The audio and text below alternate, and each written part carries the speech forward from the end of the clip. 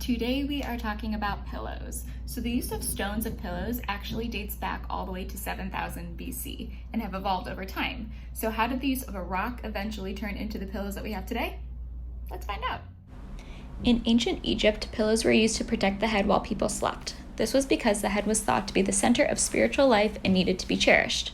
While in ancient China, pillows were typically made from a solid material such as bamboo, jade, porcelain, wood, and ceramic.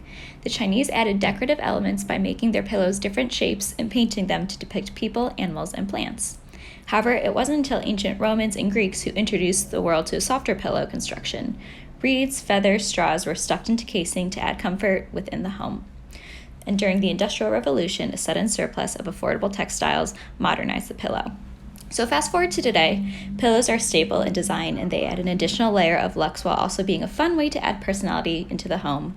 It's an opportunity to add color, texture, and pattern to our space without long-term commitment, seeing that they're so simple to replace.